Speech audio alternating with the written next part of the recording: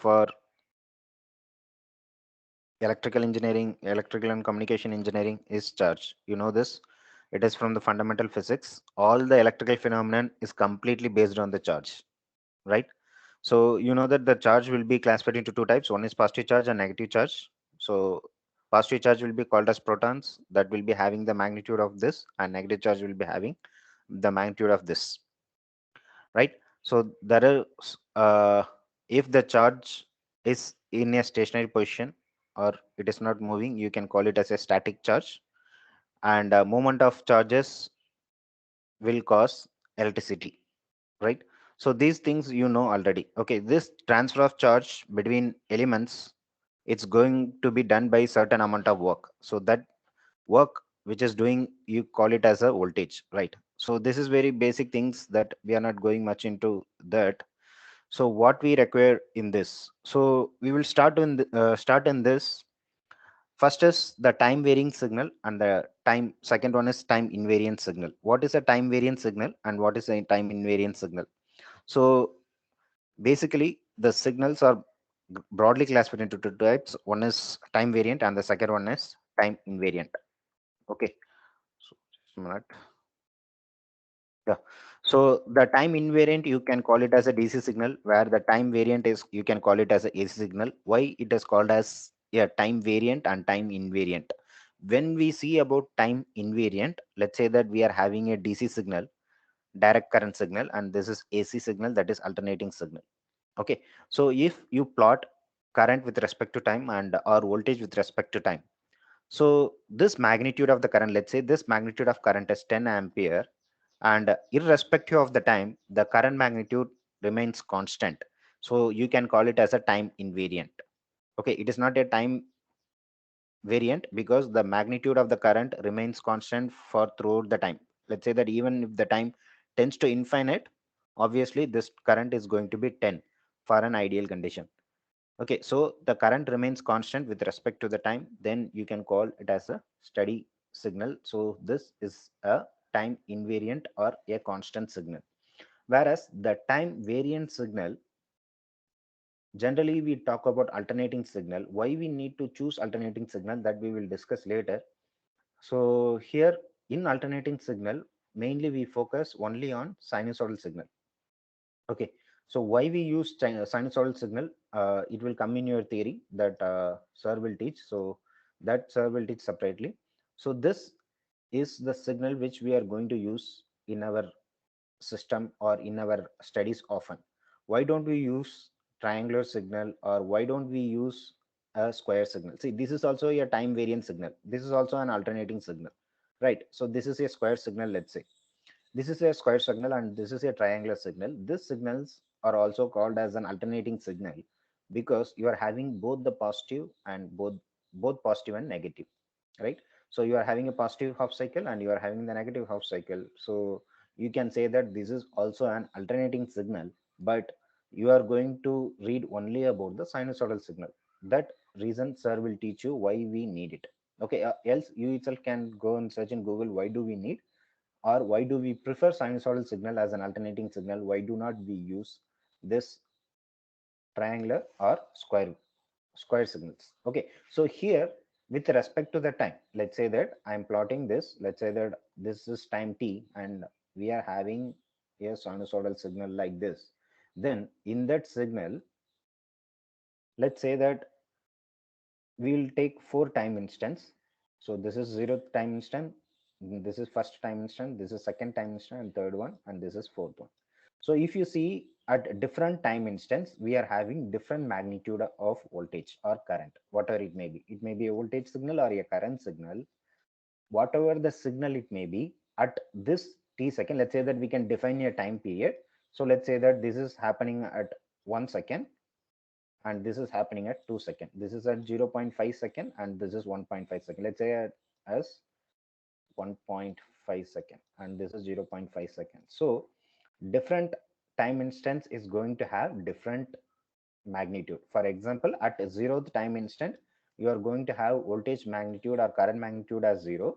At 0.5 time instant, you are going to have the peak value. Let's say that this peak value is 1. then this is going to have one as magnitude. Then we are going to have at 1 second you are again going to have 0 volt or current, whatever it may be. It depends on the voltage signal or current signal. Then at 1.5 second, then obviously you are going to have here another peak, that is the negative peak you are going to have. So you can see that at the different time instance we are having different voltage magnitude. So you can say that this is time variant system. Okay, this is time variant. We are not giving any specific definition. The name itself says that time variant means it is going to vary, and the time variant means it is going to vary according to the time. So similarly here time invariant means it is not going to vary according to the time. That's what it means, nothing else. Okay, so what can be the examples for this time invariant and the time variant signal? Okay, so let's consider that you are giving power supply to the LED lamp through a battery. So that is a DC signal. If you are having a battery, whatever the battery you may use, like this everyday and some other brands are there, right? Those batteries are mainly DC one, so that it's going to provide a constant voltage irrespective of the time. Ideally, okay, ideally it is going to provide 10 voltage, let's say, or generally it will be designed for 1.6 volt, I think. So that voltage, the battery voltage will be 1.6 and it will be remaining constant throughout the time. Okay, so that you can call it as a time invariant, that LED lamp you will be powered by battery. Okay, in general they would have mentioned as electronic devices in general. So this you don't need to bother about it now because you are in the initial stage. So this battery is going to give a DC signal, and this is going to be a time invariant. Then what about your time variant signal? In your home, you know that you are having plug points and sockets. You are going to have some terminals like this, right? So in your home, you will be having a switch. Then along with the switch, you will be having a socket like this, right? So this socket or plug point, whatever you call. So here you are going to have one bigger terminal that is going to be the earth, and this one is going to be the phase terminal, these two, and these two going to be the neutral terminal, right? So if you measure the voltage, or if you plot the voltage across these two terminals, let's say that you are having a plotting device here. Okay, suppose if you want to plot the voltage signal available here, so if you are using a plotting device, then that plotting device you will be getting as a sinusoidal signal like this. Okay, so this is time variant case. Obviously whatever the sources which you are using inside the home, it is going to be sinusoidal. Okay, not the electronic devices, you keep it in mind, all the electronic devices, the input may be AC, but within that electronic device they will be converting that to DC. Okay, so that time variant is going to be convert into time invariant. That DC signal, it's going to be used by your electronic devices. All your electronic devices are operating only in DC. The input may be AC or DC, but all your electronic devices will be using only DC. Okay, for example, if you are using a laptop charger or if you are using a mobile charger, you know that you are going to have a battery in your, let's say that this is positive terminal and negative terminal of a battery. It may be of mobile battery or even a laptop battery, right? Those battery will be having two terminals, one is positive terminal and second one is negative terminal. So for this obviously you need to give DC supply, right? If you need to give DC supply, obviously you know that whatever the power you are going to take from the socket, it is going to be AC in nature. Then how it is being converted? In between, you are using a charger, right? You are either using a charger or adapter for mobile or laptop, right? So that will convert that AC into DC, and it will be converting the voltage level according to your battery, or your battery according to your mobile charge, according to your mobile battery or laptop battery. Okay, so the main thing is only two things. One is time invariant and the second thing is time variant. Time invariant means DC signal, where the signal is not going to change with respect to time, whereas time variant means the signal is going to change with respect to time, right? So here, this is very basic thing. In depth, you may not use these words as time invariant or time variant in your subject, but you just know that DC means time invariant and AC means time variant. Okay, so you know that movement of charges, it's going to create electricity, that you know very well, right? So now you are having, let's say that you are having two terminal. What is this two terminal that we will see? Let us say that you are having a battery here. Okay, let's say that you are having a battery here. Let's say it is having positive and negative. Okay, then you are having a resistor. This resistor, okay, we'll put it in a simple fashion. Let's say that you are having an LED. We'll draw it in better manner. Okay, so let's say that I am having a voltage source. This voltage source is a DC voltage source. Why, I will say later. Okay, so here we are having a resistor. This resistor can be any load. Okay, this is just a representation of equivalent circuit of any load which you are going to use. This can be an LED lamp. Okay, this can be an LED lamp, or this can be an serial lamp, some load. Okay, whatever the things which you are going to use in your home, that you can call it as a load. Okay, the fan, the iron box, the heater, those things, everything can be called as a load. Okay, that load is going to consume power from the source. So this is the simple circuit. In this circuit, this is the positive terminal and this is the negative terminal of the voltage source. So you know that generally you know that the current is coming out of the positive terminal, right? But you know one more thing. What is current? What is the current? You know very well what is current. Current is nothing but flow of electrons, right? You know very well that current is nothing but flow of electrons. If current is the flow of electrons, then why do we consider the current is always coming out of the positive terminal? Okay, can anyone answer?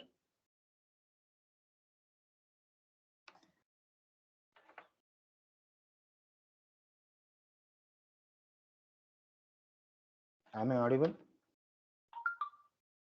Yes, sir, you're audible. Yeah, Yes, sir. yeah. Sir, Can anyone answer? we used to take opposite direction of electrons, as electrons are attracting towards plus terminal. So take le- we take the current opposite to it. Okay. See, your friend is able to answer something, but yeah, someone is saying something. So the charges always move from a higher potential to a low. Yeah, that I understand. But see, come with your basic thing. What you know? What is flow current? What is current? From your basic understanding, whatever you know, you have learned before. What is the current? Sir, current is flow of electrons. Obvious. So if current is flow of electrons, let's consider that I'm having a source here. Then from which terminal electron will start flowing? From positive terminal or negative terminal of this voltage source? Negative terminal. So you know that the electrons will be flowing from this end to this end. It is going to flow in this end. So electrons is going to flow. If electron is going to flow, obviously that is the current, right? But always we consider that current is coming out of the positive terminal. Okay, there is no proper definition for this, but what you understood is right. The current is nothing but the flow of electrons. What is the thing which we are doing here is we always consider the current is coming out of the positive terminal. Why? Because when they are initially, when the researchers start doing work, they consider that the current is coming out of the positive terminal. Okay, in the very later on stage only they found that actually electron is the current flow, so the current is coming out of this it is the flow of electrons. Flow of electrons is the current. So since the researchers have already started working based on the assumption that the current is coming out of the positive terminal, they do not want to change the convention. Convention in the sense they always says that the current direction is always coming out of the positive terminal that they have already assumed. So they are following that. Okay. So obviously flow of electrons is the current, but since the researchers started working that the current is coming out of the positive terminal, they had considered that and they had started working, and they have found it in a very later on stage, so they do not want to change the convention, so they have started continuing that. There is no other proper reason for that. This is mere the convention, right? So current is always, we consider that the current is coming out of the positive terminal. Okay, so we further explain about this. So here, if you consider this source and if you are having a resistor, let's say that if you are having a 10 volt here and if you are having a 2 ohm resistor here, you know that the current going to flow here is 5 ampere.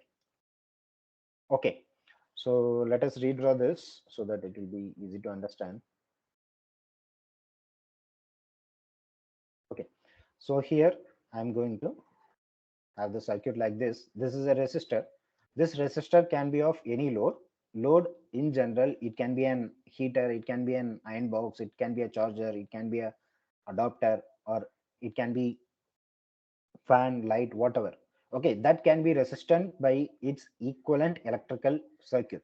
Okay, so if you are having a fan, you know that if you are having a fan, that fan can be represented in the equivalent electrical circuit as like this. Okay, why we say in a later on stage, but all the electrical component whichever you are using, can a charger, or if you are using a lamp, or if you are using a heater, iron box, whatever, all the electrical loads can be represented by its equivalent circuit.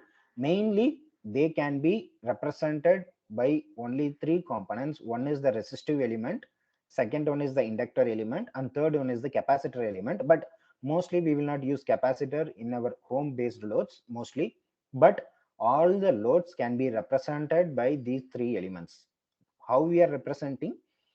Whatever the loads we have, that we can represent it using the basic mathematical modeling.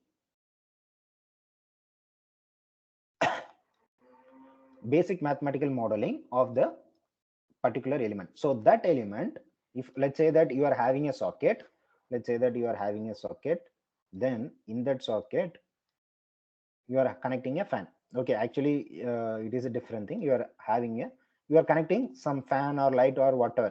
Okay, so this complete circuit can be represented by its equivalent mathematical modeling, so that it's represented by the circuit using this fashion. Okay, whatever we are seeing this circuit, that is not different from the system which we have in our daily domestic purposes. Okay, so this circuit, it's, let's say that this is a DC source. Let's say this is a DC supply. Let's say you are having a positive terminal here and you are having a negative terminal here. So this socket, generally they would have defined in your socket, if you have seen, they would have defined 230 volt AC, right? They would have defined this. So for our assumption, let's say that we are considering this as 220 volt DC, let's say. Okay, so this is a DC voltage source. Generally you are using AC in your home. Let us say that this socket, to this socket we are giving DC supply. Okay, so this DC supply we are giving it as 220 volt DC supply. Then it is going to have one positive part and one negative part. So this can be represented like this. So this can be represented like this, 220 volt DC. So to represent DC, we are having plus minus, that we will see it later. So this is the 220 volt source. Then whatever the load you are using, it can be a load, it can be a lamp or iron box or heater or AC, whatever you are using, that can be represented as some combination of RL or LNC components. So that is what we have mentioned it here. Okay, if it is an AC source, then they will be representing like this. Then if it is 230 volt AC, they will mention. Then they will be representing the loads. Okay, for example, simply I am drawing, this is a load. Okay, so the circuit will be given like this. This is the basic thing. So now for easy understanding, we will not see the AC now, we will see just the DC. So as per our basic convention and as per our understanding, as you know that the current will be coming out of our positive terminal of the source. Okay, this is our basic understanding. So with that basic understanding, we are going to proceed further.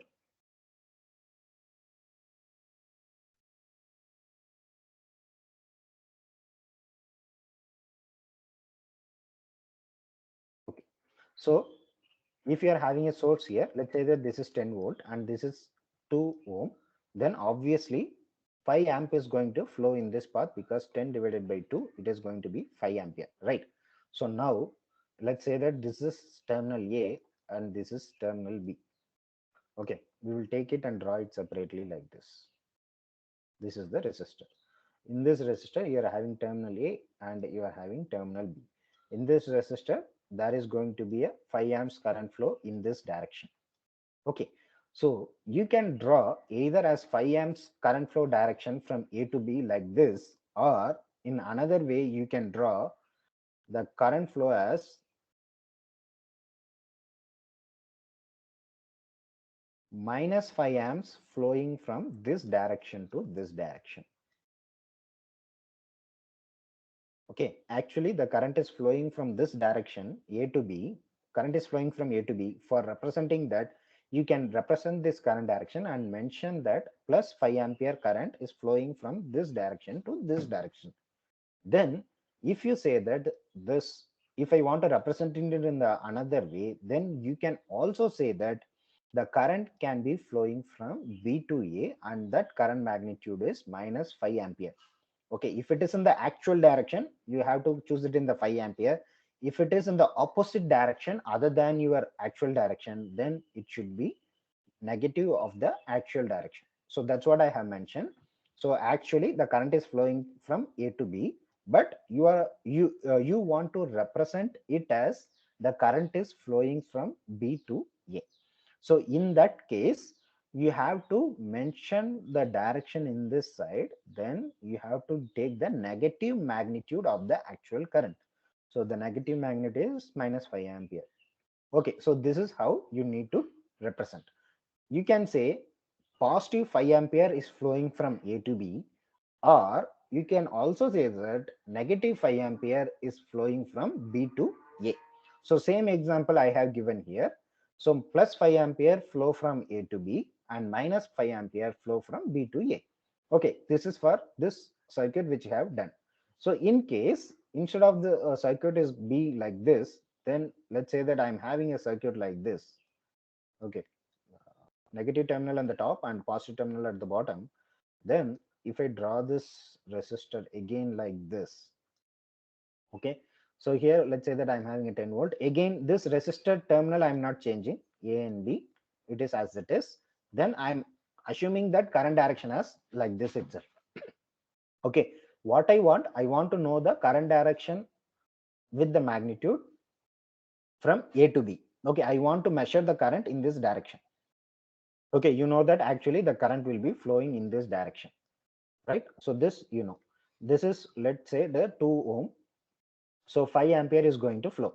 If I want to measure the current from A to B, then you know that minus 5 ampere is going to flow. Here top is the negative polarity and bottom is the positive polarity. So current will come out of the positive polarity, then the current will enter the B terminal and the current will leave out of the positive terminal. But you wanted to measure the current from A to B. So if you want to measure the current from A to B, then you can also say that minus 5 ampere is flowing from A to B, or you can also say that plus 5 ampere is going to flow from B to A for this circuit. Okay, I hope that you have understood. Shall I proceed? Do you have any doubt? Shall I proceed?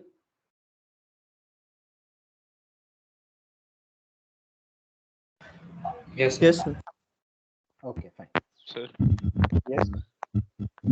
sir, in the starting you were talking about like AC signals and DC signals. So what exactly is signal? What do you mean by a signal?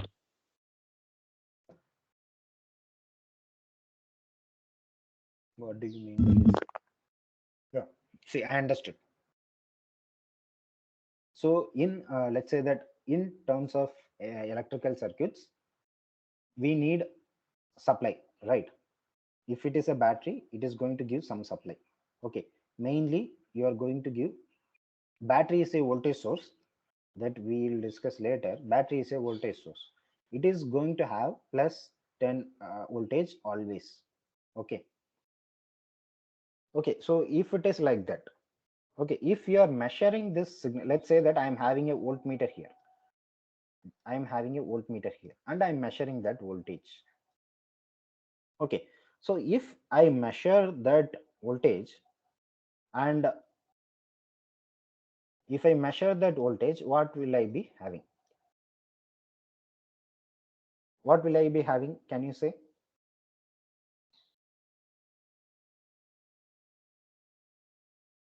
So we will like be getting a function kind of thing. It's like it will be constant in this case. Yeah, it is going to be a constant. Let's say that I'm going to measure that from a time. Zero time I'm going to measure. So that time it is going to be 10 volt.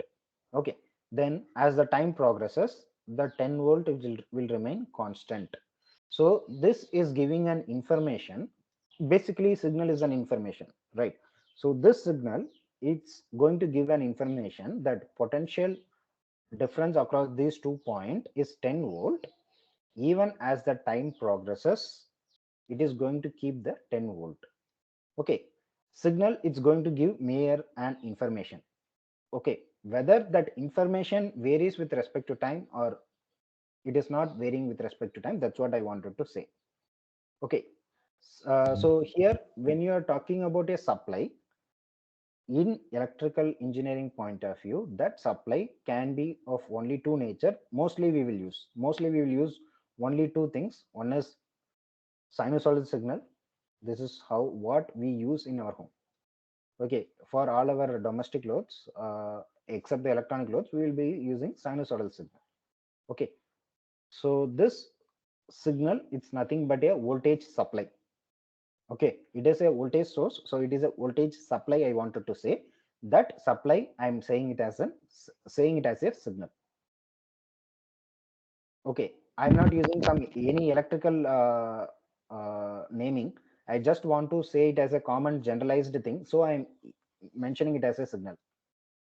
Okay, I'm mentioning it as a so generalized thing. That's why I'm mentioning it as a signal. Actually, it is a voltage supply.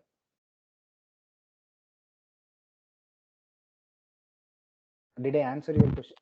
Yes, sir. Thank you. Sir, so basically voltage supply is called signal, right? No. You should not consider in that way. See, signal, it's of many types.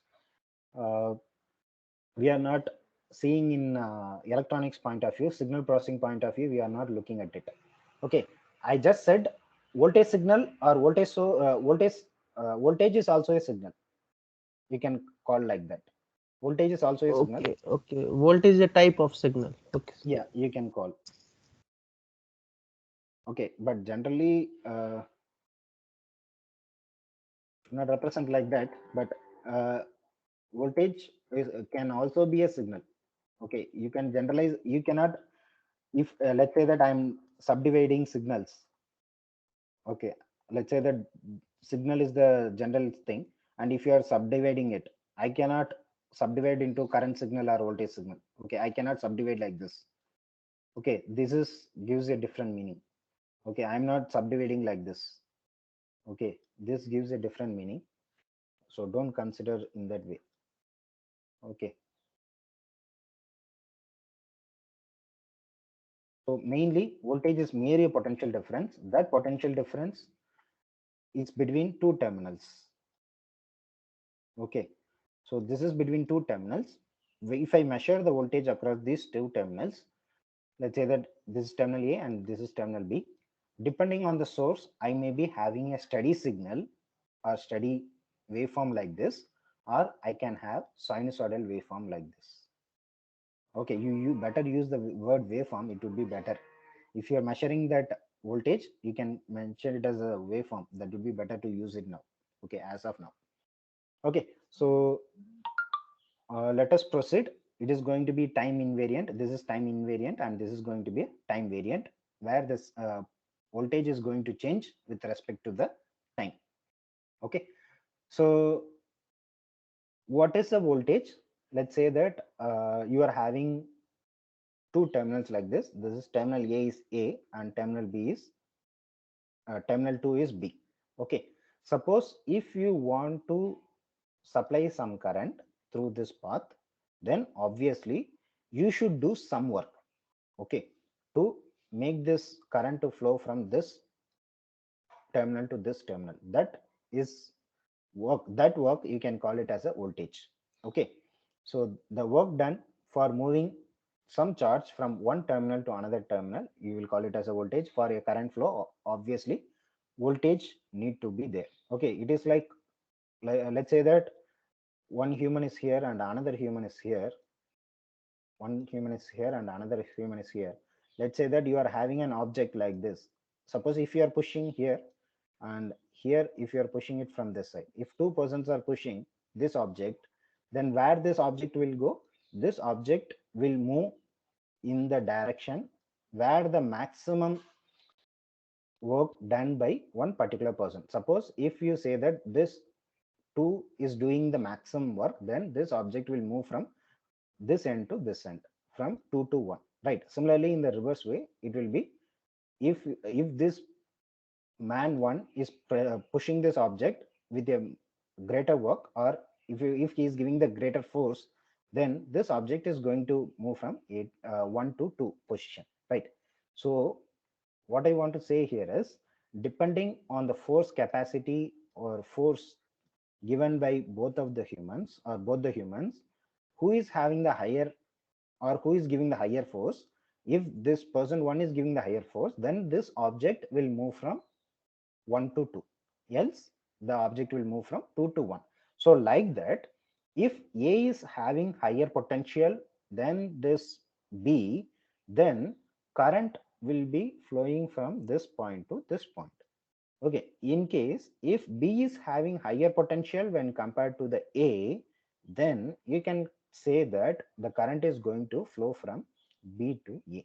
Okay, so one more point I want to make you understand here is, suppose if I give you a voltage source, okay, if I give you a voltage source, let's say, if I say that this is 30 volt, okay, one thing you need to understand is this point need not to be at zero potential always. This point need not to be at 0 volt always. Okay, so let's say that the voltage across this source, just a minute.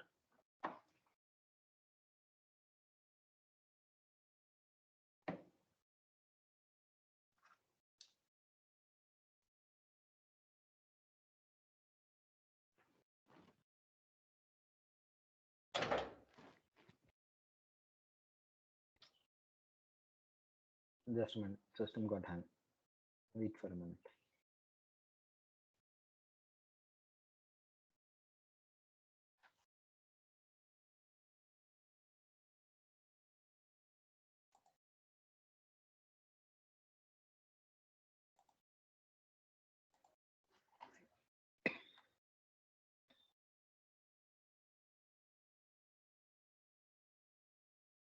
So here,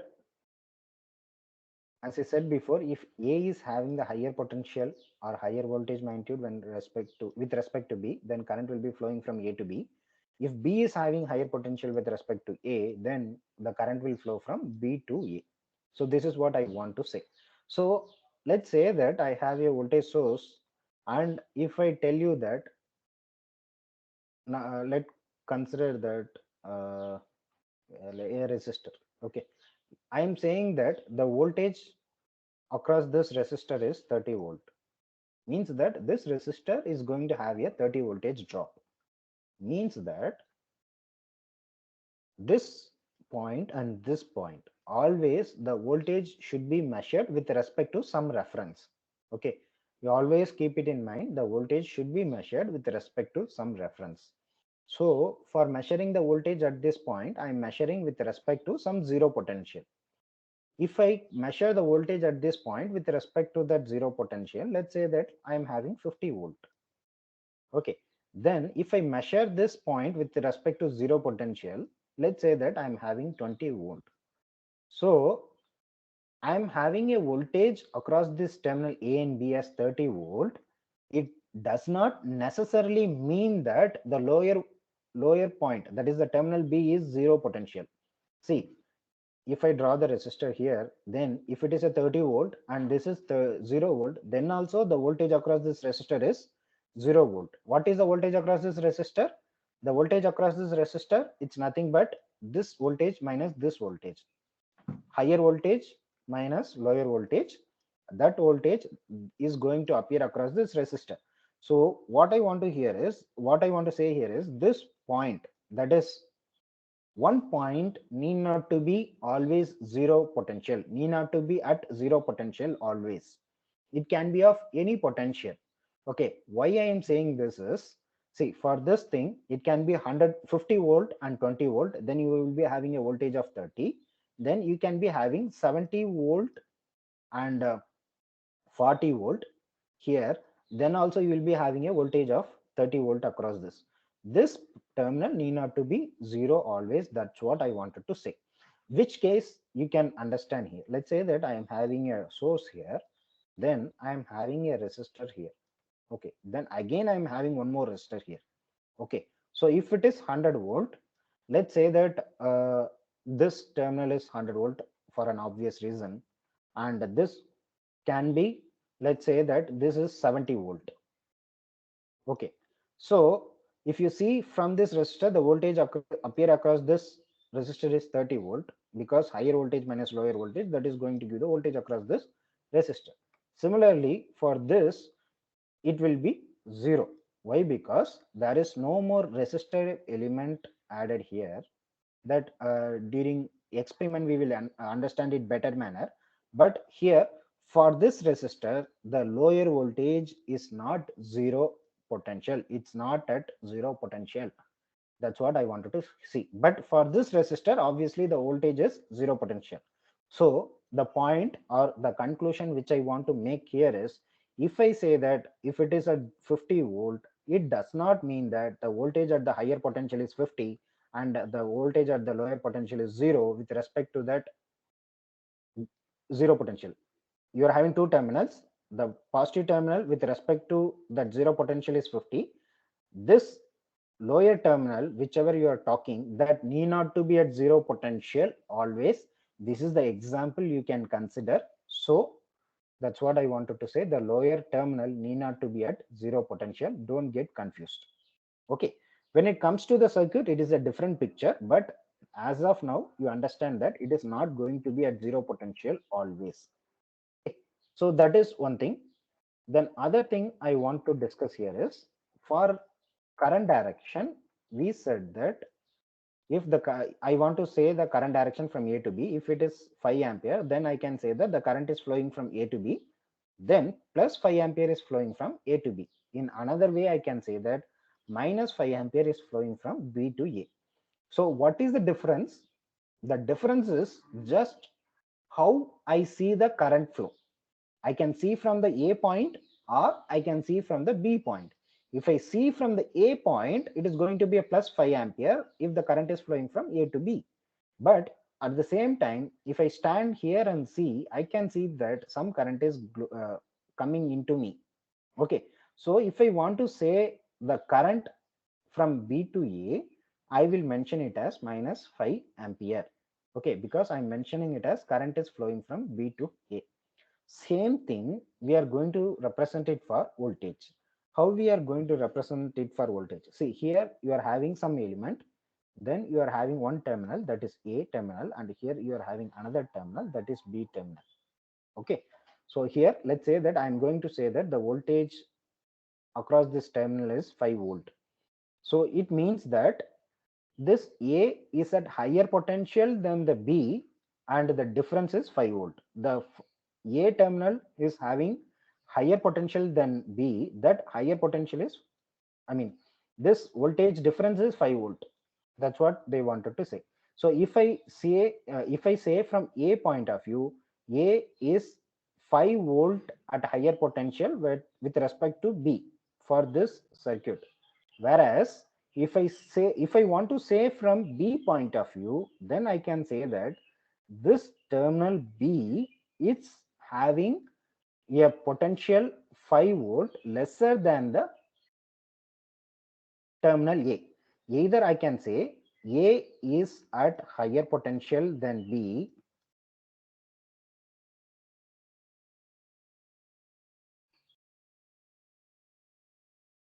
at a magnitude of 5 volt. Okay, or you can say that B is at lower potential than A at a magnitude of 5 volt. But if I want to say A with respect to B, then you can consider it as 5 volt plus 5 volt. If you say that B with respect to A, then it is at minus 5 volt. Why? Because when you are seeing from B point of view, the positive polarity is given for A and the negative polarity is given for B. So wherever you are seeing, if you are seeing from positive polarity, then you consider it as positive voltage for that terminal. If you are seeing from negative polarity of that terminal, then you can consider it as a negative polarity with respect to the another terminal. Here positive is given for A, so plus A is plus 5 volt with respect to B. Similarly, B is at negative polarity, so B is with respect to A, B you can call it as negative 5 volt. See, now it will be looking like too vague for you, but when you are solving problem, you will be understanding it. Obviously, you would have studied this in your 12th standard also. Okay, so shall I proceed? Do you have any doubt in this? If you have any doubt, you can ask, else we can proceed. Sir, Yeah, go ahead.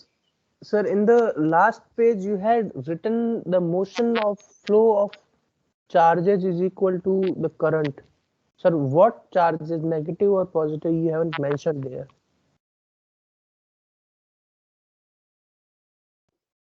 Yes, sir. The line, this motion of charges.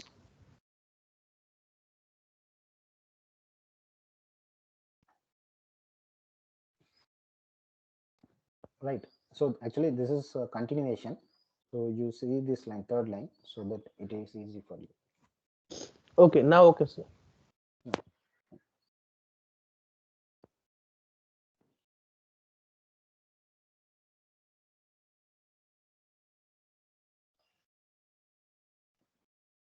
See, one thing. Other thing is voltage rise and voltage drop. Okay. So you are having two terminals. Let's say I'm having. Okay, we will generalize the element so that you will not get confused. Okay, we are having some element. Then you are having two terminals for that. One is terminal A. This is terminal B, and it is mentioned as positive polarity, and this is mentioned as negative polarity, and they itself has given that voltage as 10 volt. Okay, so again, how you are seeing it?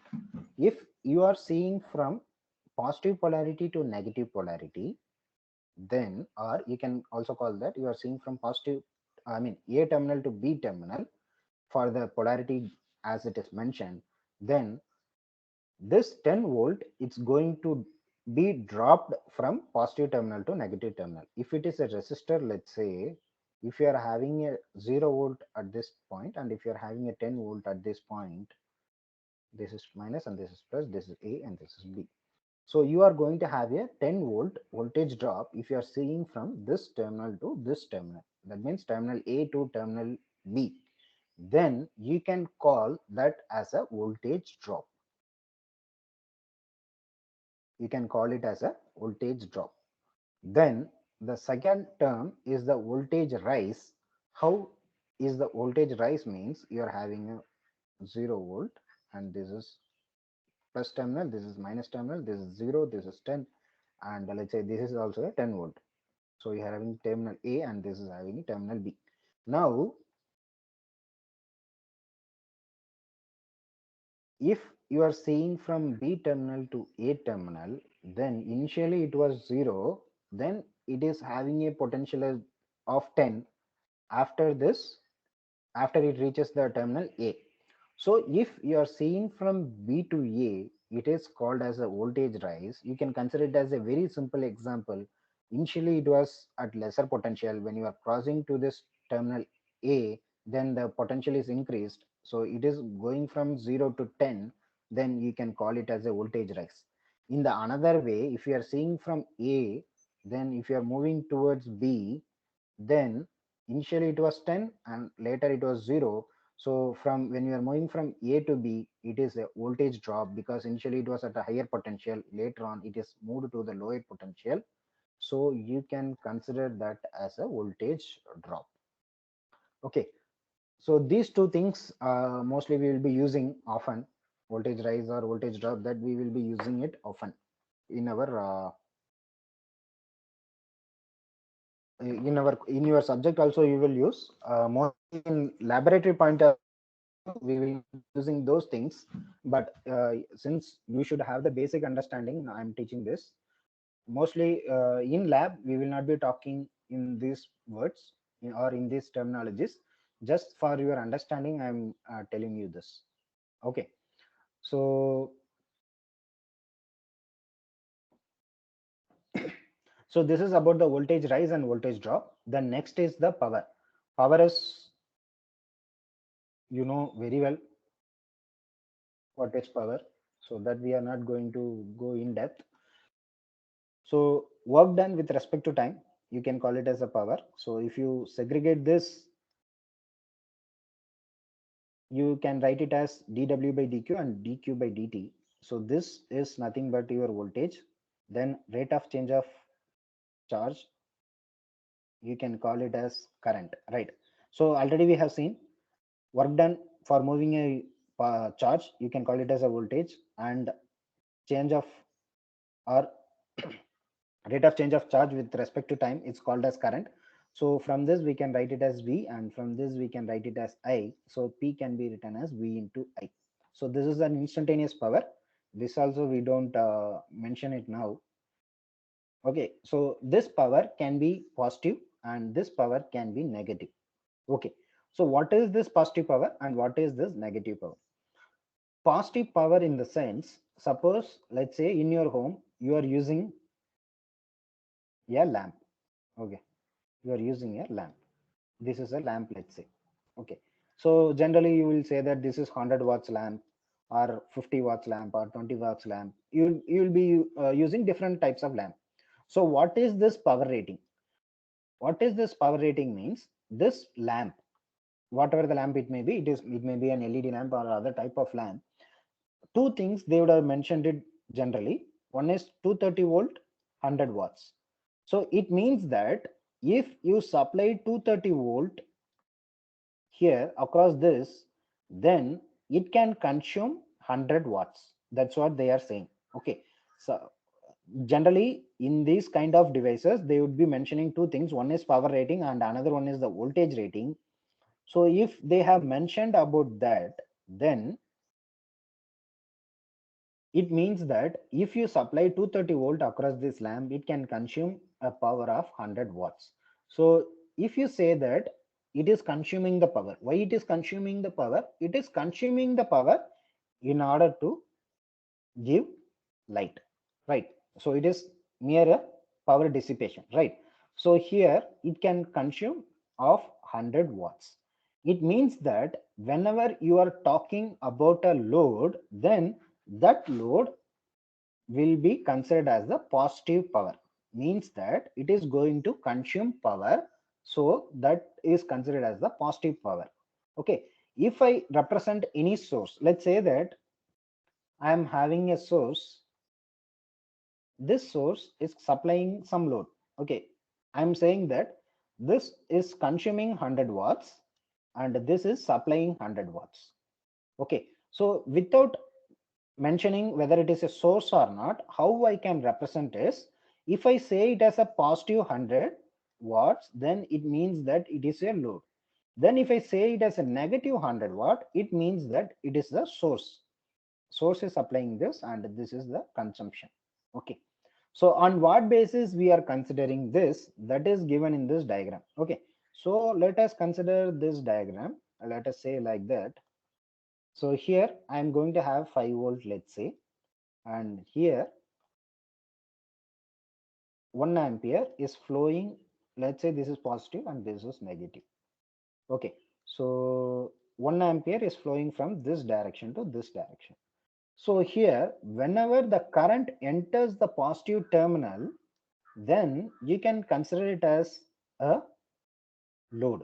Okay, means that suppose if you are connecting a source here, okay, put it as a source, then you are going to have a load here. It can be of any load. So you know that for this load, the current is going to enter this terminal, that is assumed to be positive. Then if the current is entering this positive terminal, then it is going to be a load. But if you see from the source point of view, the current will be flowing like this, right? So here for the source, if you see, the current is entering the negative polarity, right? So if the current is entering the negative polarity, as we discussed before, it is going to be a source. So if current is entering the positive polarity, it is a load. If current is entering the negative polarity, then it is a source.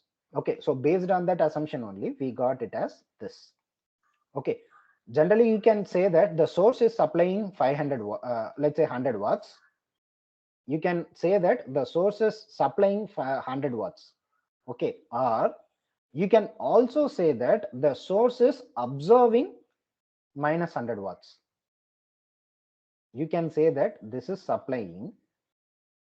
If you say that the source is supplying plus 100 watts, or in another way, you can say that the source is observing minus 100 watts. Okay, obviously, plus 100 means it is observing, minus 100 means it is giving. Okay, actually, it represents that. Okay, so if you see in source point of view, you can say that it is supplying 100 watts, or you can say that it is observing minus 100 watts. From the load point of view, you can say that if it is mention it as 100 watts, it is observing. Or if you want to mention it as minus 100 watts, then it is called as supplying. Okay, so this is mere terminologies, how we are seeing, how you want to represent it. It is completely based on that. Okay, it is not like there is something different. It is just that how you are seeing the current, how you are seeing the voltage, those things, it's going to define these kind of terminologies. Okay, so these terminologies also you don't need it for the laboratory, but however you need this for the subject. Okay, anyway, so Neeraj sir will take subject for you. Sir will explain you in more detail, I think, in your subject. Okay, so you can understand it. If you have any doubt in this, we can you can ask, else we can proceed further.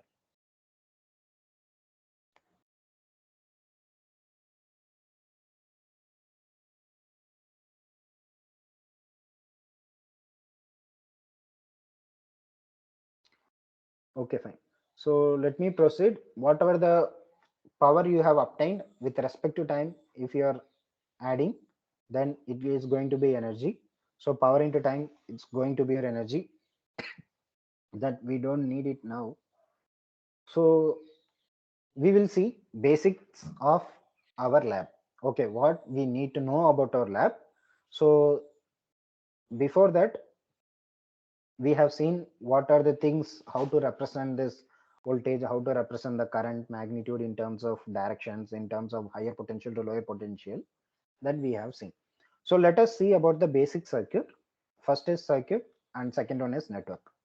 Okay, this circuit which you are going to see in your first semester, third semester, this networks and systems you will be reading in your fourth semester.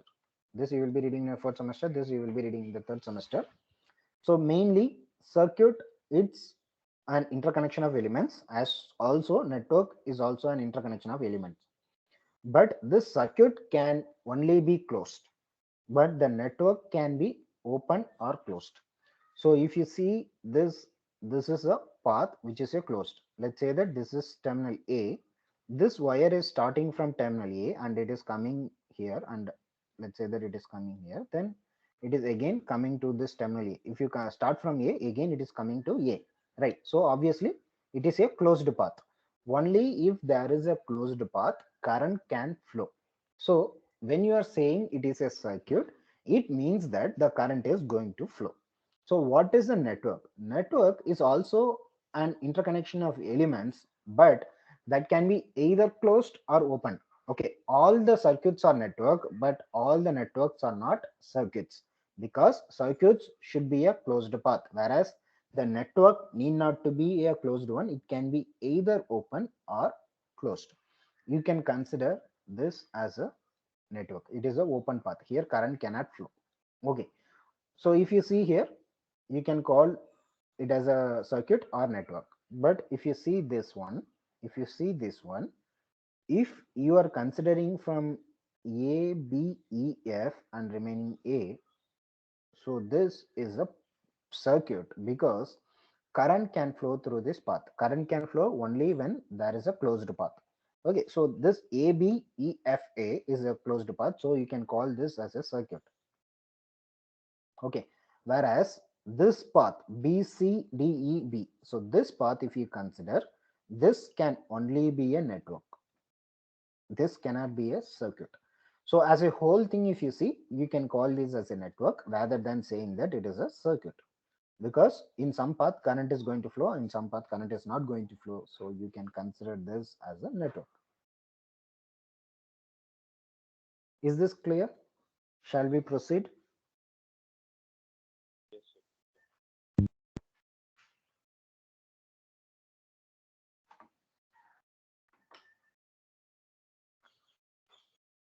Okay, so these things we will see in the next class. Before that, I will represent how to represent the individual elements. Okay, so just a minute.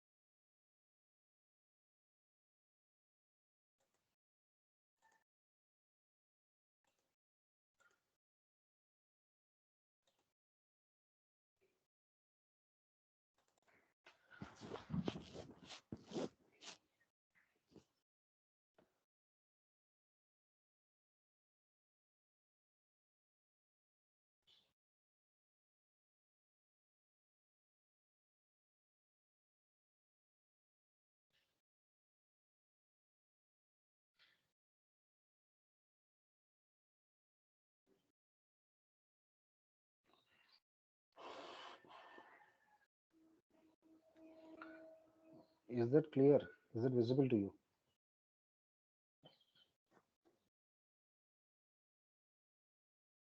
I have drawn in pencil. Is that clear to you? Yes, sir, it is well. Okay. See, in our complete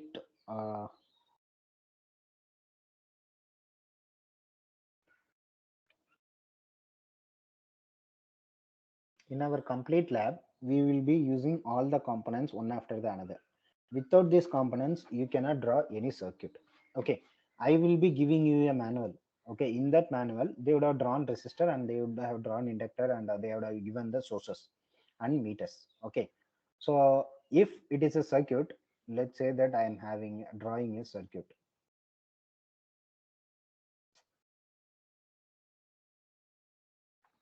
Just a minute. 10 more minutes, we will complete it.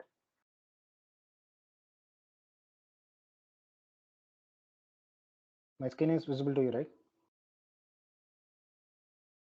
Yes, sir. Yeah. So here, let's say that I am having a circuit.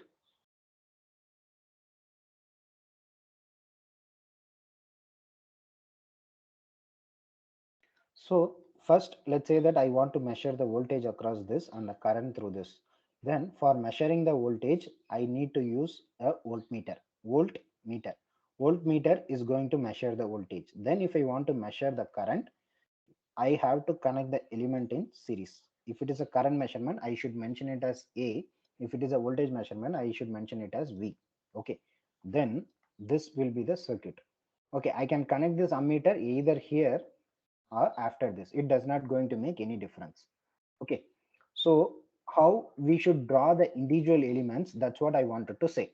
In all our circuits, we will be using resistor, inductor, sources, meters. Okay, how you should draw. I will be giving you a manual. In that manual, it will not be drawn like how I say you. Okay, but you should draw in the manner like how I tell you. Okay, the manual may be given a different representation, but if it is a resistor, you should draw in this fashion only. Okay, if it is a meter, you should draw in this fashion only. Okay, I will tell you how to draw the individual thing. If it is a resistor, you can draw like this. Then if I see the resistor, or if I cut this resistor, it should be like both are in the equal half. Okay, I should draw like that. If I draw a resistor like this, and if I mention it as 10 ohm, the resistance value of this particular resistor is fixed. It is not going to change. Okay, so here if I say that this resistor value is 10 ohm, then its resistance value is going to be fixed and it is not going to change. So if I cut this resistor, if you cut along with the line, horizontal line, then both should be equally half. You should draw in that fashion. Okay, then this is for variable part. Okay, variable part in the sense with the same resistor, I have drawn an arrow mark like this. This is going to represent the resistor is variable. Okay, wherever you are having this arrow across this element, it means that it is a variable. If it is across the resistor, it means that the resistor is a variable one. If it is across an inductor, it is a inductor is a variable one. Similarly, if it is a capacitor, the capacitor is a variable one. So for inductor, like how I said before, if you draw a horizontal line, it should cut both the upper half and lower half into equal. Okay, so you should be drawing neatly, and whenever you draw some system, it should be very proper. You should not do freehand drawing. Okay, you should not do freehand drawing.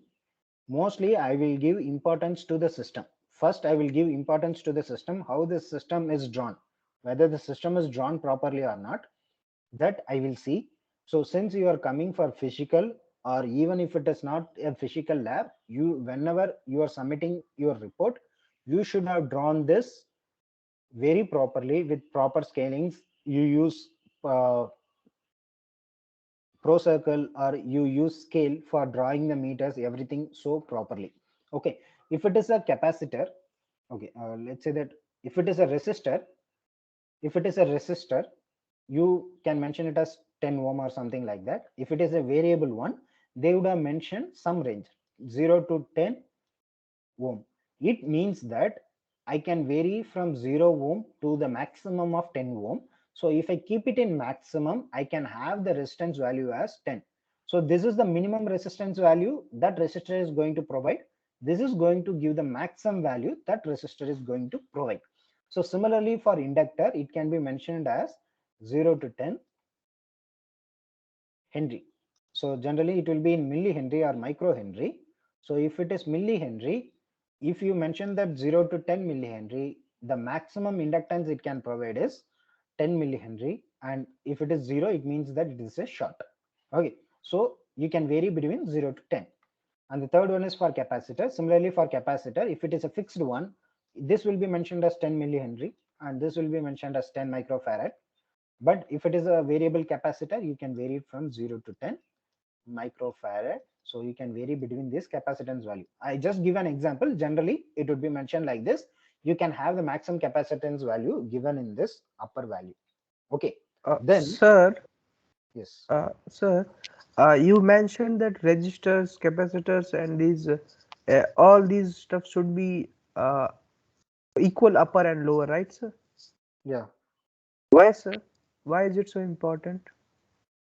See, neatness is not so important, but see, if you are from electrical or even electronics background, whenever you are drawing some circuit properly without any knowledge on the complete experiment, anyone can do the experiment just by seeing the circuit elements like how I have drawn.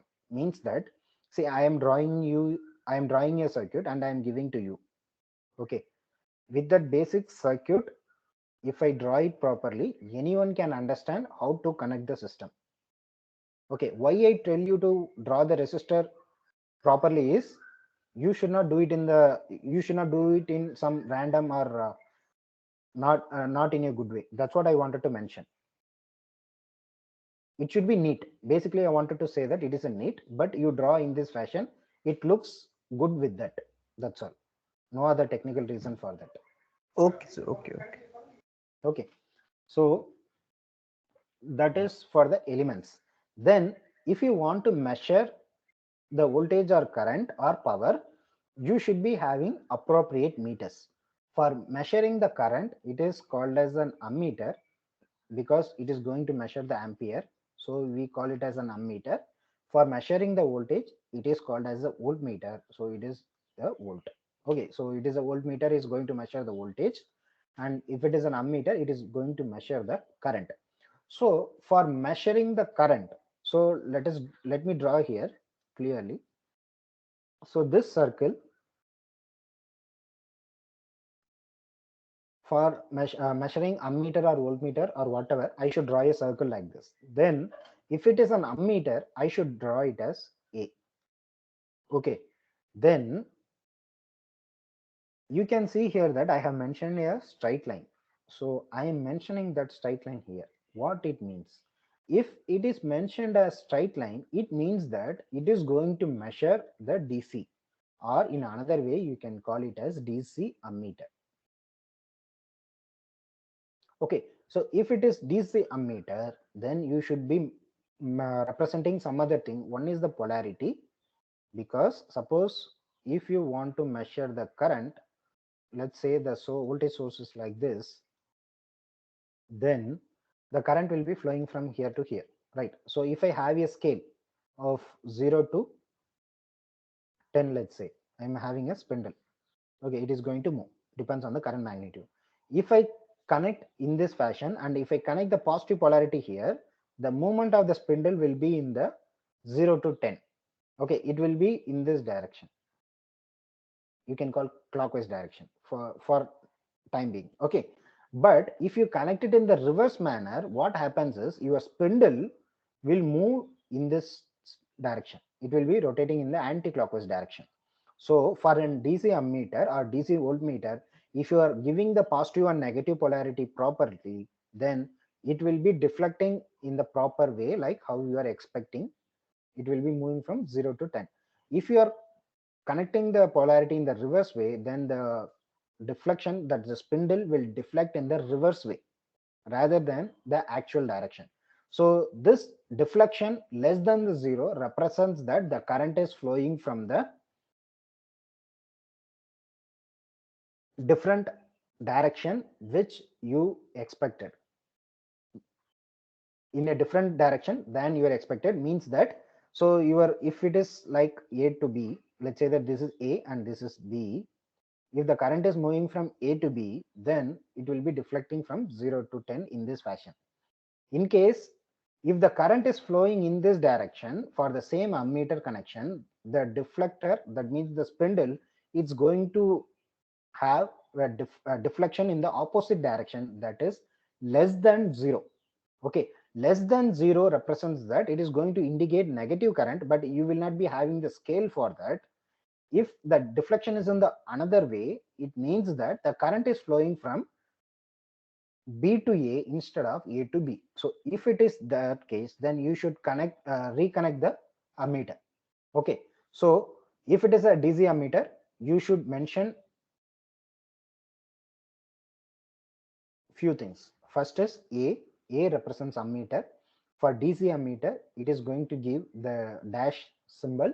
Then you are going to give the plus and minus. It is going to give you where you have to connect this ammeter or which terminal you have to connect this ammeter. Then this ammeter, whatever the meter you are going to use, that is going to have its own capacity.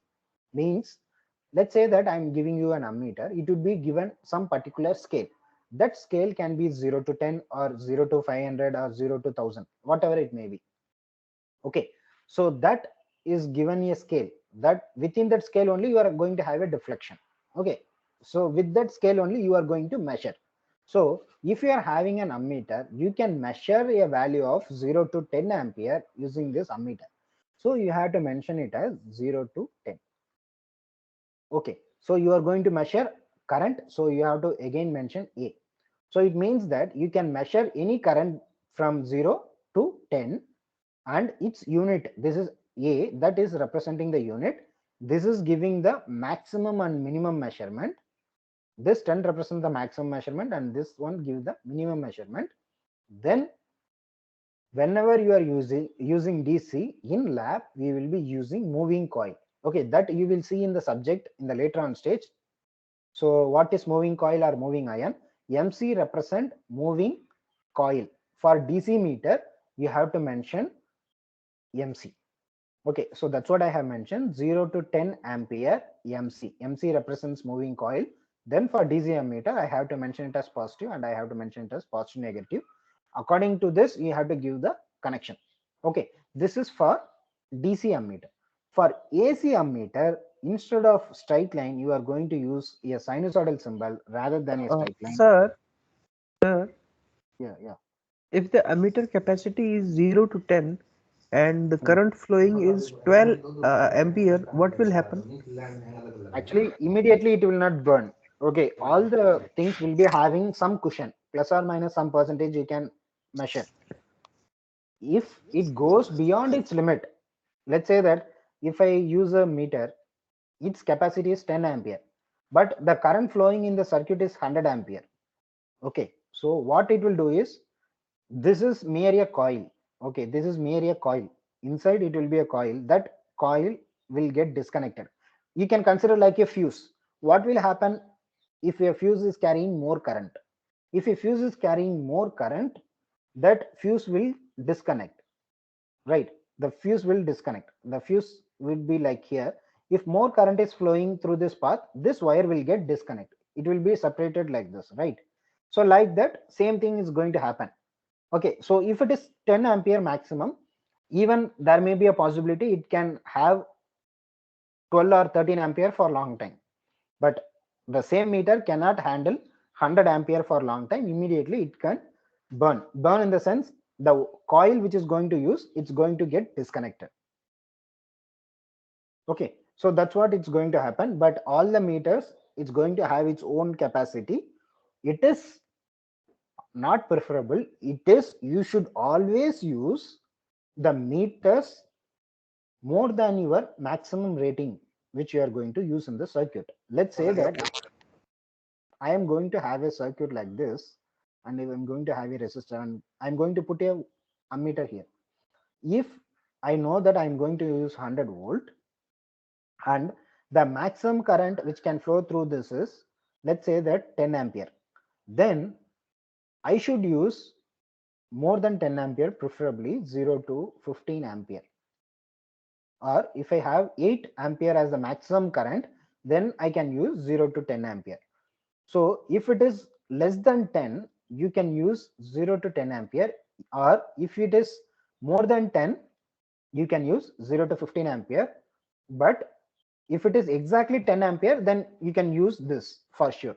There is no problem with this. You can use this. So depends on your maximum current rating for through that particular element. Suppose if you are measuring the current through this element, then what is the maximum current which can flow in this circuit, that you are going to measure. So for that current, what is the higher possibility you can get? If the current ampere is current rating is 10 ampere, you should not go for low rating meters.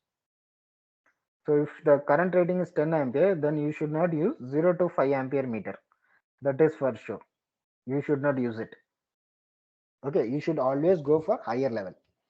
Okay, that is one thing. The second thing is, the ammeter, whichever you are connecting, okay, let's say that this is ammeter and I'm having a resistor here. Okay, this ammeter should not be connected in parallel at any cost. Ammeter should not connect parallel at any cost. Why? Because this ammeter is having less resistance inside it. Okay, actually the meters will be having coils wounded within that meters. That coil will be having very much lesser resistance for ammeter. Okay, why it need to be, that we will discuss later, but that ammeter will be having very least resistance. Since the ammeter is having very least resistance, that should not be connected in parallel with any element. Ammeter should be connected in series always. It should not be connected in parallel at any cost. Okay, then for AC ammeter, you should be using sinusoidal symbol below this A letter. Then instead of MC for DC, you should use MI for AC. Okay, so similarly for wattmeter also, you have to give the range. Then for DC voltmeter, you should be having a dash symbol, and for AC voltmeter, you should be using the sinusoidal symbol. Sir, what is MI full form? Moving ion. MI is Okay. moving ion, MC is moving coil. Okay, so for voltmeter, that is AC voltmeter, you should be using sinusoidal symbol. Okay, but when you are taking some meters, within that meter they may not give this sinusoidal symbol. Okay, there is a possibility that they might not have given sinusoidal symbol. There are only three possibilities. One is sinusoidal symbol, second one is dash symbol, and third one is nothing. Okay, suppose I can mention like this, I can mention like this, and I can mention like this. In the below, I'm not mentioning anything. Okay, if it is mentioned like this is DC meter. If it is mentioned like this is AC meter. If nothing is mentioned, then that is also AC meter. Okay, even if it is mentioned with sinusoidal, it is AC meter. If nothing is mentioned below the letter, then it is also AC meter. Okay, so that is a moving ion. And for DC meter, obviously they should mention the dash symbol. Okay, so this is about the voltmeter and ammeter. So whenever you are using voltmeter or ammeter, you should always represent this polarity for DC meters and this range for DC meters. This V is the unit and which type of meter it is, that is moving ion or moving coil. These things you should represent. Now again I say, why do we need to represent this? See, I am giving you a circuit. That circuit you need to connect. If I give you the circuit and if I ask you to the connect, even if I do not use a single word to you, with the basic circuit which I had given to you, you should be able to connect the system properly. What type of meter you should use, that everything will be given if you have drawn the circuit properly. Okay, so when you are drawing the circuit, everything will be given. So even if I give you, you don't need to ask me how you have to connect or what type of meters you have to connect. Just by representing in the figure, it will be very clear to you that you have to connect in this fashion. That you can easily understand. With that, without any of my explanation, you will be able to give the connection without anyone else support.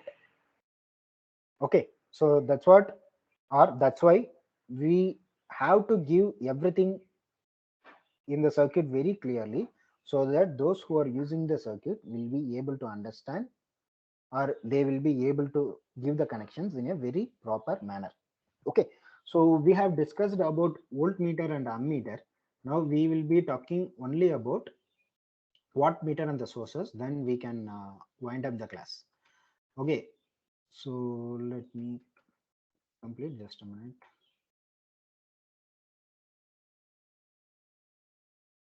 If you have any doubt, you can ask. In the meantime, I will erase the already existing things.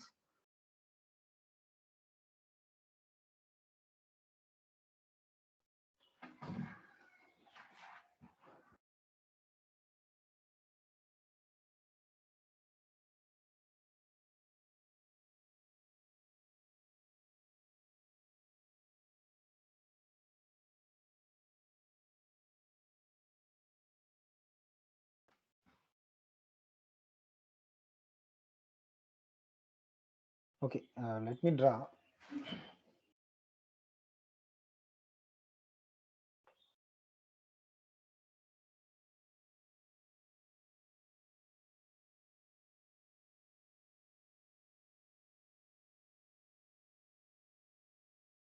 Okay, it will be fine. This itself will be fine.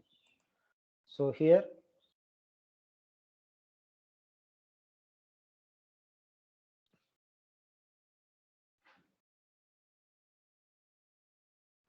okay, this is watt meter. This is watt meter. This is the basic symbol of or basic representation of watt meter. What watt meter is going to do? It is going to find the power. What is power? V into I for the DC. So V into I, it is basically going to do. So what ammeter did? It measured the current. What voltmeter did? It measured the voltage. Right. So as I told before, this ammeter should not be connected in parallel. Similarly, the voltmeter should not be connected in series. Okay. If you want to measure the voltage across some element, you should connect the voltmeter across this element. Okay. So if you want to measure the voltage across this resistor, you should connect it parallel. Okay. So if the ammeter is measuring the current and the voltmeter is measuring the voltage, a wattmeter is going to measure the power. It is going to have two coils. One is voltage coil and the second one is current coil. As I said before, current coil is CC means current coil. Okay, current coil. So this need to be connected in series. Okay, this is like ammeter. This is like ammeter. Okay, then the second one is this uh, this resistor with this is not an inductor actually. This represents the winding.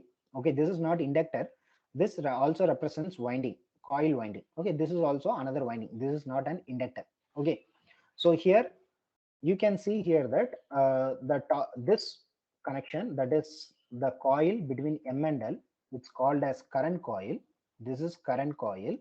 This is series. This represents ammeter.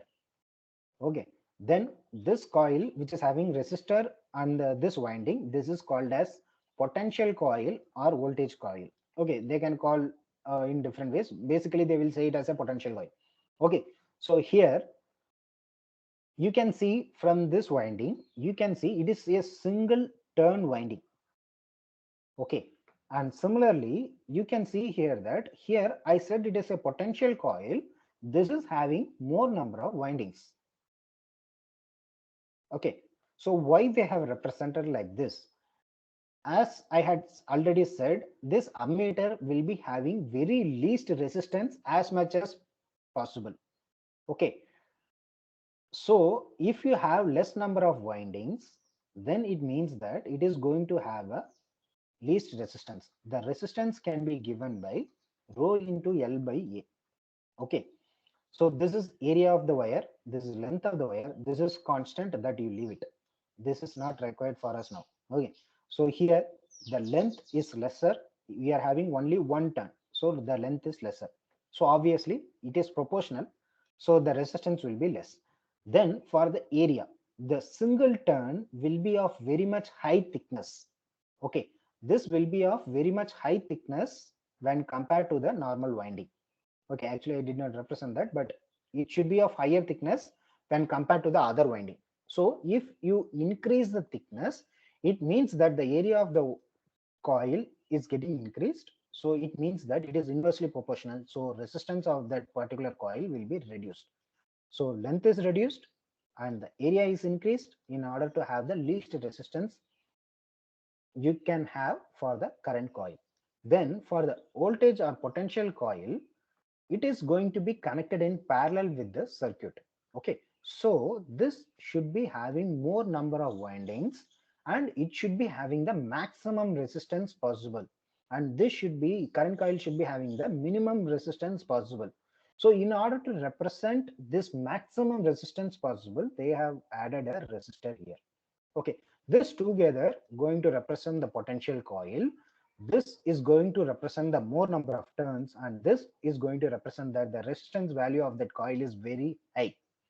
Okay, so this current coil is going to have the opposite representation. Here you are having the lesser number of winding with more thickness of wire.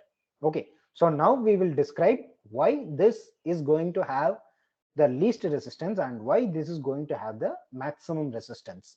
Okay, let us consider a circuit like this.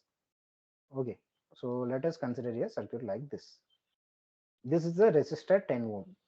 Okay, this is the 10 volt. We'll put an ammeter here. Okay, why we are using an ammeter? What is the role of an ammeter?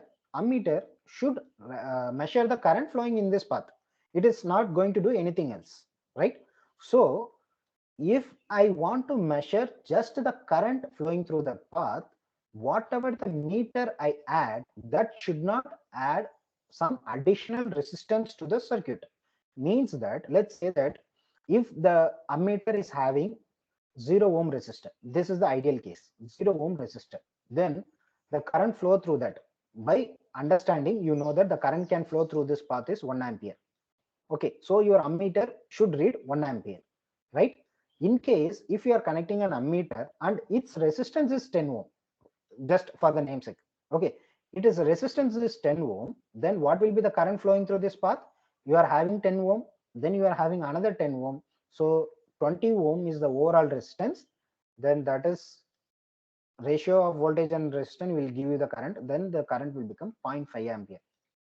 You know that in this circuit the current flow should have been 1 ampere, whereas because of the ammeter you have used, which is just has to measure the current, but instead of adding instead of measuring the current, it is adding some additional resistance.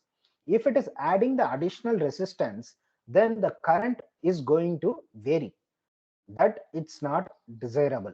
That's why you should be having as much lesser resistance as possible for the ammeter, so that you can have the actual current which is flowing through the circuit. That's why we have to have very less resistance for the ammeter. Okay, so why we should not connect the ammeter in parallel with any element? Let's say I should not connect an ammeter parallel to this source. Why?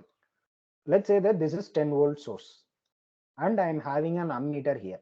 As I told before, this ammeter is going to have the least resistance.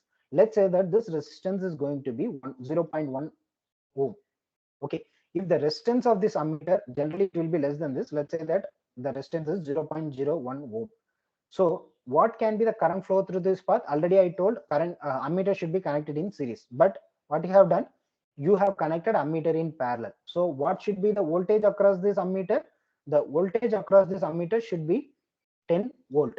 So what should be the current through this ammeter?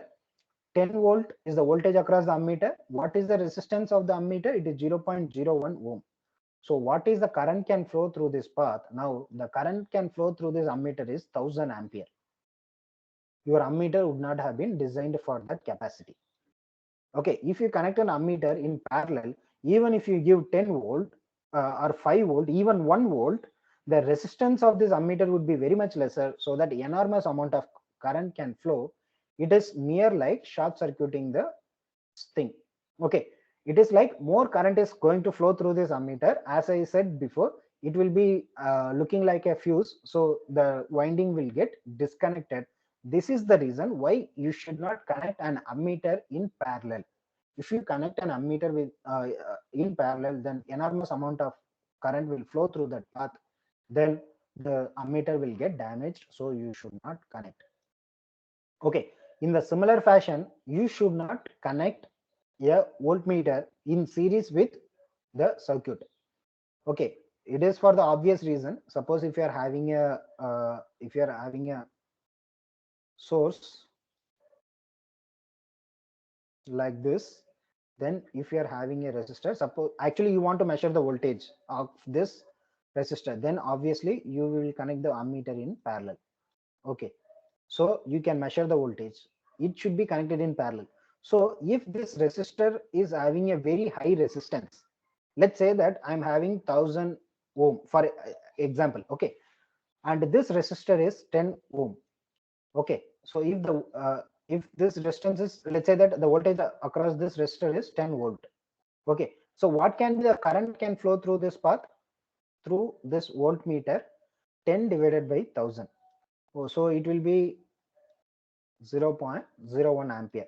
So this is very much lesser. Okay, so this voltmeter should be having a very much higher resistance, so that when you use a voltmeter to measure the voltage, it should not draw more current. It should not draw current.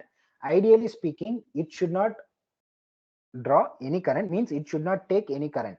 So this resistance should be as much higher as possible. Okay, so you connect the voltmeter in parallel with respect to the element wherever you want to measure the voltage. Why you should not connect it in series? If you are connecting a voltmeter in series here, it's for obvious reason. As I told before, this voltmeter is going to have a higher resistance. If it is having a higher resistance, it is going to be connected in series with the circuit, so current flowing through this path will be reduced. So this is not suitable for connected in series. Then ammeter is not suitable for connected in parallel. So both the things are used in wattmeter. That's why the wattmeter is connected like this. Okay, so you can consider that it is an individual representation of the ammeter and voltmeter. You can consider like that. Actually, you will be having a single deflection, you will be having a single deflection. Let's say that I'm going to have the deflection scale like this, then the spindle will be here, then it is going to give only the power, that is watts. Okay, it's mainly it's going to give the power, nothing else. I just said you for an understanding. It is going to have two type of coil. One is for the ammeter and another is for the voltmeter. Okay, so those things this wattmeter is going to do. So only one thing left is the source. If you have any doubt, you can ask, else we will proceed to the source and we will wind up the class for today.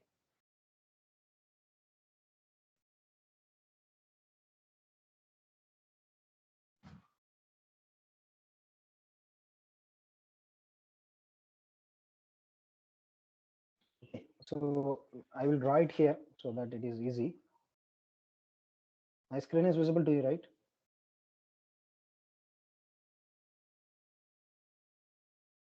Yes, sir. Yeah, fine. So here for source, okay, for any source, you should be drawing like this. First,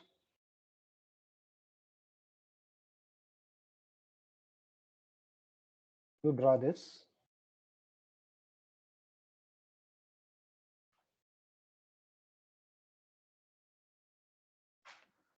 Okay, so here, if it is a voltage source, let's say that I am going to represent it as a voltage source. Okay, how I can represent it as a voltage source? If it is a DC voltage source, I should mention it as plus minus. Okay, if it is a DC voltage source, I should mention it as a plus minus. And if this voltage source capacity is maximum is 100 volt, I can mention it as 100 volt for DC. Okay, also I can mention it as 0 to 100 volt. For this is for DC voltage source. So this is a DC voltage source. Okay, if it is AC voltage source, how you can do? Okay, so how you can do for a AC voltage source?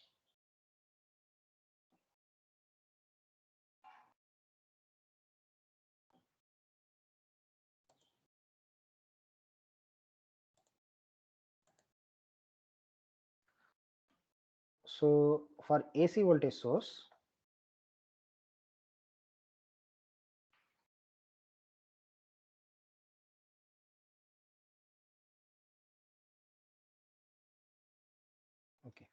So for AC voltage source, I should use a sinusoidal symbol. So for AC voltage source, I should use a sinusoidal symbol. Sinusoidal symbol represents that it is a AC voltage source. For that also, I can mention the voltage as 100 volt. Okay, I don't need to mention anything else. But for AC, we have to mention one more term, that is frequency, that is 50 hertz for our system. Okay, this is one way of representation. The another way of representation is for the same AC voltage source, they can use something like this: sinusoidal symbol plus in the top and minus in the bottom. For this also, it represents that AC voltage source. Okay, for this also, I will mention 100 volt, 50 hertz.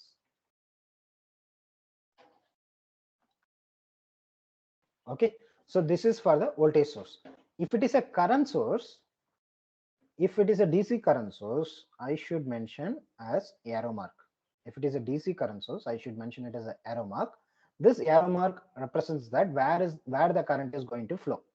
Means this is current is going to flow in this direction. So this will be the positive terminal and this will be the negative terminal. This is for DC voltage source, DC current source. For AC current source, they can use a sinusoidal symbol. Okay, so they can use like this, but in our experiments, we never use current source. We never use current source. If it is a current source, you should mention it is a DC current source and maximum current rating is 10 ampere. Okay, so you can mention like this. Similarly, for AC current source, you can mention it as 10 ampere for AC current source. Okay, or in another way, for DC current source, they can mention a plus minus with arrow mark symbol, and for AC current source, they can use arrow mark symbol with the sinusoidal one.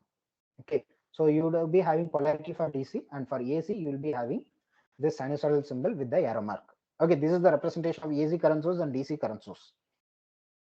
Okay, so we have seen what are the essential components which you will be using in your experiments and how do you have to connect it and why you need to connect like this. Everything we have discussed. Okay, so again, we have to discuss about these voltage sources that we will discuss in the next class. If sir teaches you before that, it will be easy for me. I don't need to teach you again. Else, I will teach you about these sources. Okay. So what I want to teach you after this circle. If it is mentioned as circle, it is representing that independent sources. And if it is represented in diamond symbol, it means that it is dependent sources. Okay, again, this polarity, this things and all will remain the same, but this circle represents that independent sources, means you just add independent to all the things. Okay, independent DC voltage source, independent AC voltage source, you can add this word. Okay, if it is mentioned in circle, it means that it is an independent source. If it is represented in diamond in symbol, it is a dependent source. What is dependent source and what is independent source, that we will discuss in the next class, provided if sir did not teach you in the class before that. Okay, so I hope that you could have understood at least something, even though you did not understand everything. At least I hope that you would have understood at least some 0.1%. So if you have any doubt, you can ask, else we can proceed further.